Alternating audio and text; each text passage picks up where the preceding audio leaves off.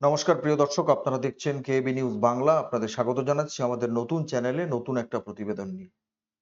দুজন বিশ্বকাপ জয়ী দলের ক্রিকেটার ইন্দ্রপতন ঘটালেন এ রাজ্যে দুজন মহীরুহকে পরাজিত করে। একজন তো আপনারা জানেন বিজেপির সফলতম রাজ্য সভাপতি দিলীপ ঘোষ, তাকে পরাজিত করেছেন 83 বিশ্বকাপ জয়ী দলের সদস্য কীর্তি আজাদ।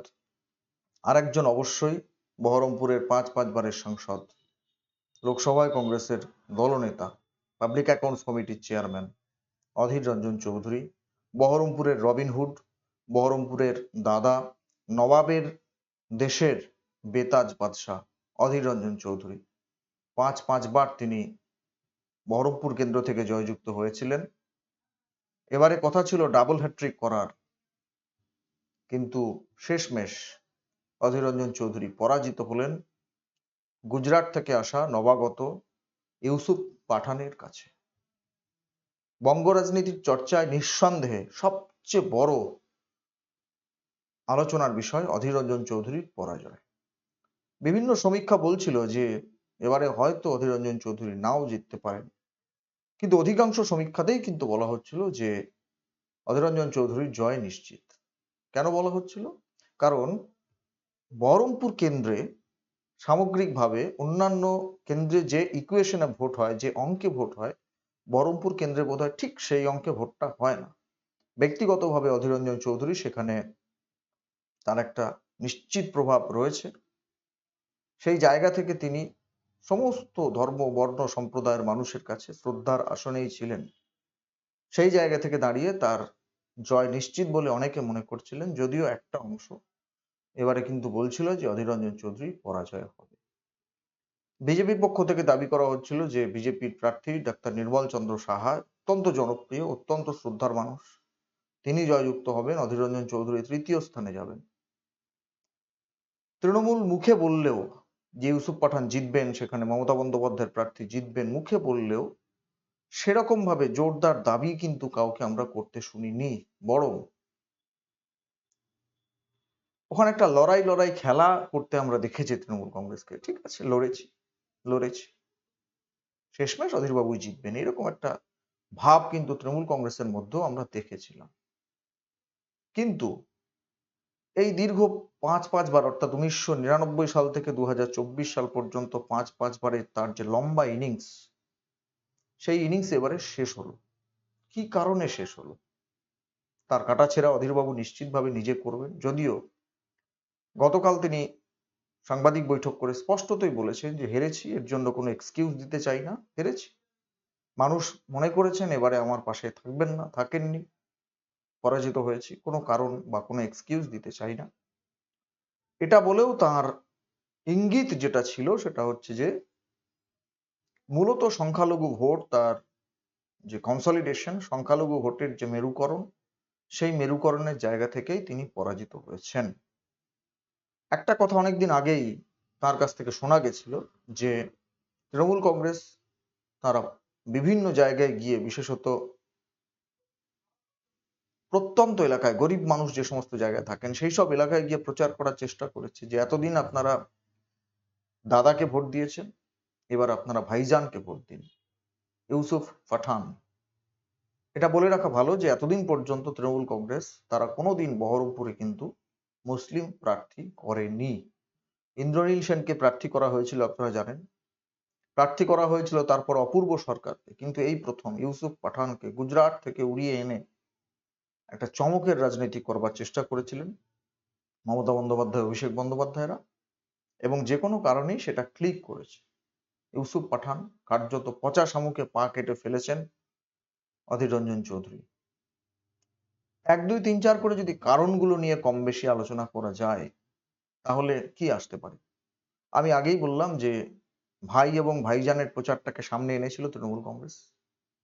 বিজেপি কিন্তু আরেকটা প্রচার আনবার চেষ্টা করেছিল সেখানে, যে এবং আপনাদের নিশ্চয়ই মনে আছে অধীর রঞ্জন চৌধুরীর যে বক্তব্যটা খুব ভাইরাল হয়েছিল, পরবর্তীকালে যদিও নির্বাচন কমিশন বলে যে না, ওটা বিকৃত করা বক্তব্য, ওটা ভুল, ওটাকে বাতিল করে দেওয়া হয়েছে।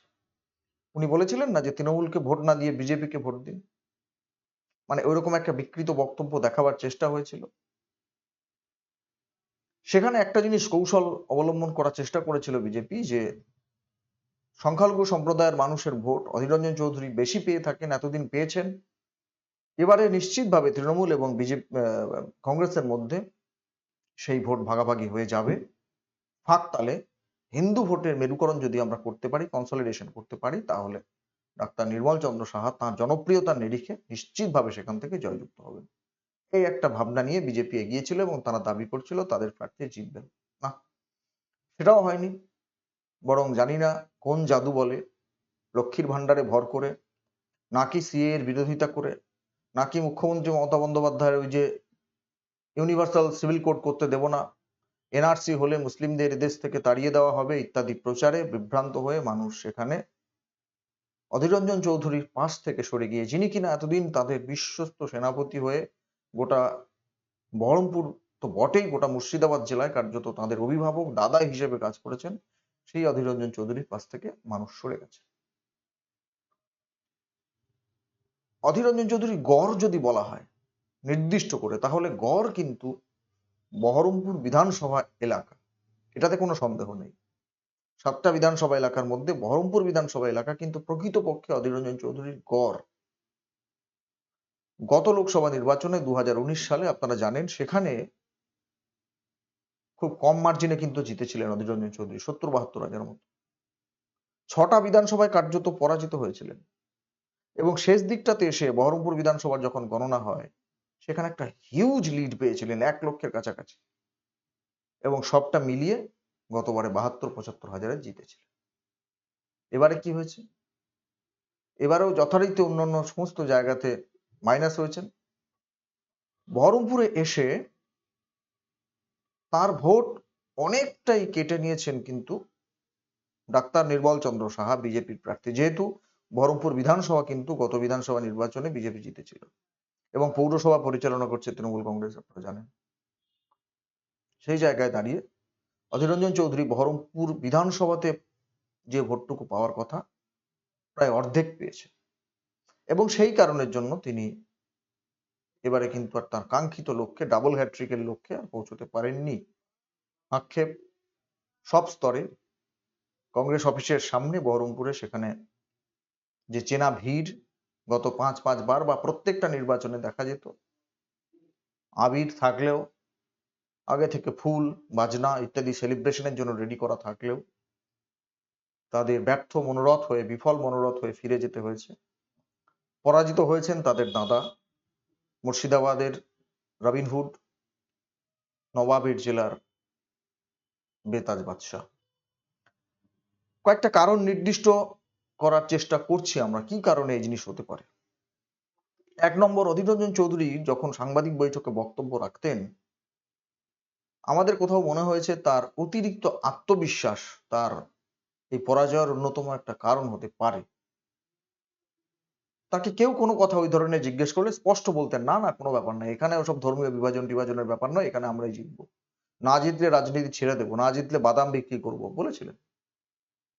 অতিরিক্ত আত্মবিশ্বাসী কি তার এই পতনের অন্যতম কারণ? সংখ্যালঘু ভোটের কনসলিডেশন, সেটা আমরা আগেই আলোচনা করেছি।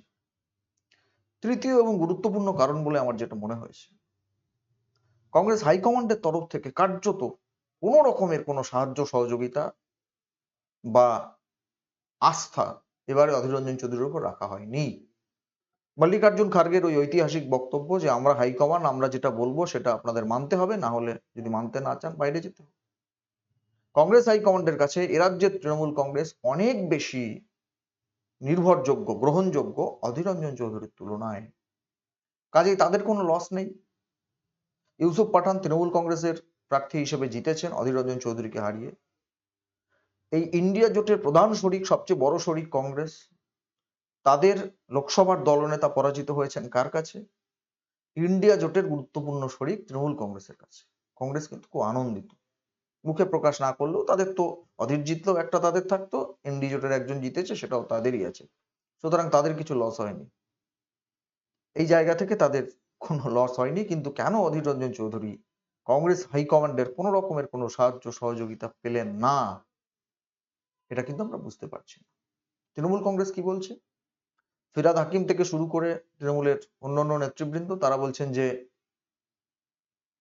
মমতা বন্দ্যোপাধ্যায়কে বেনজির ভাবে আক্রমণ করা এবং যে সিপিএম এর বিরুদ্ধে লড়াই করে মুর্শিদাবাদ জেলায় কংগ্রেস শক্তিশালী হয়েছিল, সামগ্রিকভাবে গোটা দেশে গোটা রাজ্যে সিপিএম এর বিরুদ্ধে কংগ্রেসের লড়াই ছিল, সেই কংগ্রেসের হাত যখন ধরতে শুরু করেছেন অধীর রঞ্জন চৌধুরী, তখন মানুষের আস্থা বিশ্বাস ভরসা নাকি তার উপর থেকে চলে গেছে।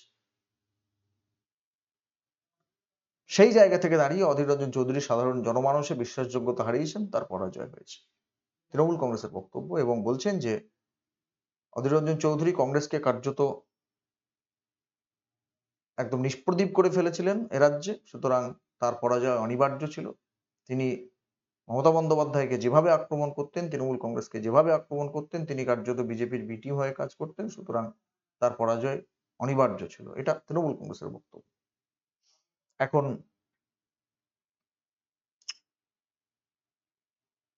বাস্তব অবস্থা এই জায়গায় এসে দাঁড়িয়েছে, অধীর রঞ্জন চৌধুরী পরাজিত হয়েছেন। তার হাতে কার্যত পেন্সিল কলম ছাড়া কিচ্ছু নেই এই মুহূর্তে।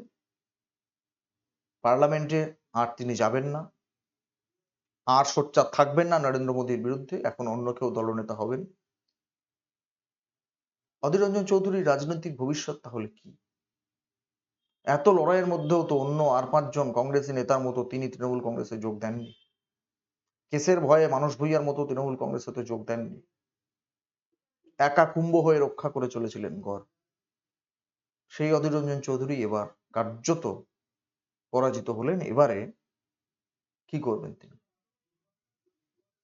অনেকে বিজেপিতে যাওয়ার সম্ভাবনা দেখছিলেন, কিন্তু তিনি তো পরাজিতই হলেন, সুতরাং কি হবে?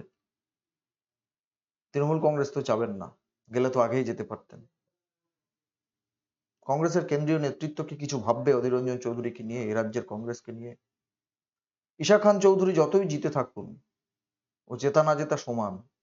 এ রাজ্যে কংগ্রেসের প্রদীপ জ্বলে থাকতো যদি অধীর রঞ্জন চৌধুরী জিততে পারতেন। ঈশা খান চৌধুরী জিতেছে, তাতে কিচ্ছু যায় আসে না, কিচ্ছু যায় আসে না। কি করবেন অধীর রঞ্জন চৌধুরী? কি তার রাজনৈতিক ভবিষ্যৎ? আপনারা আপনাদের যা মতামত, আপনাদের যা বক্তব্য, নিশ্চয়ই আমাদের জানাতে পারেন, এবং আমরা সেগুলো নিয়ে পরবর্তীকালে নিশ্চয়ই আলোচনা করব। এবং আমি আগেই বললাম যে এটা কার্যত ইন্দ্রপতন, মহীরুহ পতন এ রাজ্যের রাজনীতিতে। তৃণমূল বিরোধী, বিজেপি বিরোধী আন্দোলনের একটা মুখ হিসেবে অধীর রঞ্জন চৌধুরী নিজের যে আইডেন্টিটি প্রতিষ্ঠা করেছিলেন, সেইটা কোথাও গিয়ে ভেঙে গেল। কি করবেন আগামী দিনে অধীর চৌধুরী? আমাদের নজর থাকবে। আপনাদের যদি কোনো কিছু বলার থাকে আপনারা জানাবেন, বিস্তারিত জানাবেন কমেন্ট বক্সে কমেন্ট করে। আমরা সেগুলো নিয়ে নিশ্চয়ই আলোচনা করব। ভালো থাকবেন। প্রতিবেদনটি ভালো লাগলে সাবস্ক্রাইব করবেন আমাদের চ্যানেলটি, শেয়ার করবেন এই প্রতিবেদনটি। দেখা হবে পরের প্রতিবেদন নিয়ে খুব তাড়াতাড়ি।